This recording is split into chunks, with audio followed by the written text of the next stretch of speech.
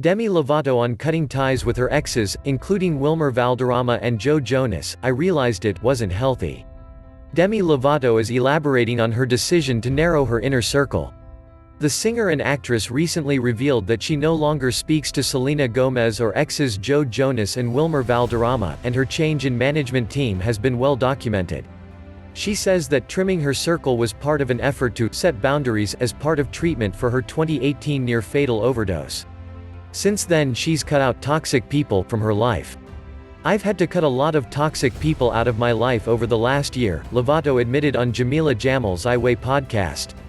"I kind of used to have this mentality that if I had a negative experience with someone I always needed to mend it or I always needed to make things right."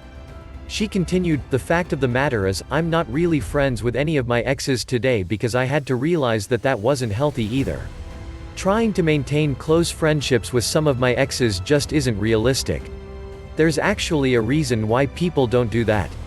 Lovato said, "For so long people would be like, 'How are you still friends with your exes?' I'd be like, 'I don't know. I just am.' That was because I was afraid of fully letting go of people.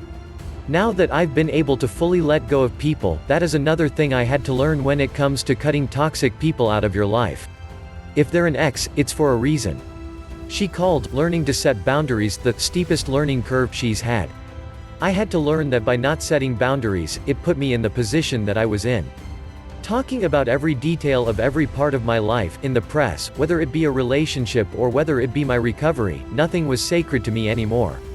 Lovato, who is now dating the young and the restless star Max Eric, depicted the Jonas brothers, including ex-Jo, as well as the newly engaged Valderrama in her music video for Anthem, I Love Me, about moving forward. She seemed to have cordial relationships with both Jo and especially Valderrama, whom she split from in 2016 after 6 years together. Jo publicly wished her well after her overdose, but Valderrama visited her in the hospital and rehab as she recovered. Lovato spoke about not being friends with Gomez, the Jonas brothers and Valderrama in the May issue of Harper's Bazaar. The comments about Gomez specifically, whom she said she loved but was no longer friends with, led to a call on social media for Lovato to be cancelled with the hashtag Demi Lovato is over party. "I've been cancelled so many times, I can't even count," Lovato told Jamil. "It just doesn't even affect me anymore." She went on to ask, "Where is the forgiveness culture? I do, to a certain degree. There are some people, if you have used up your second and third chances, you should stay cancelled.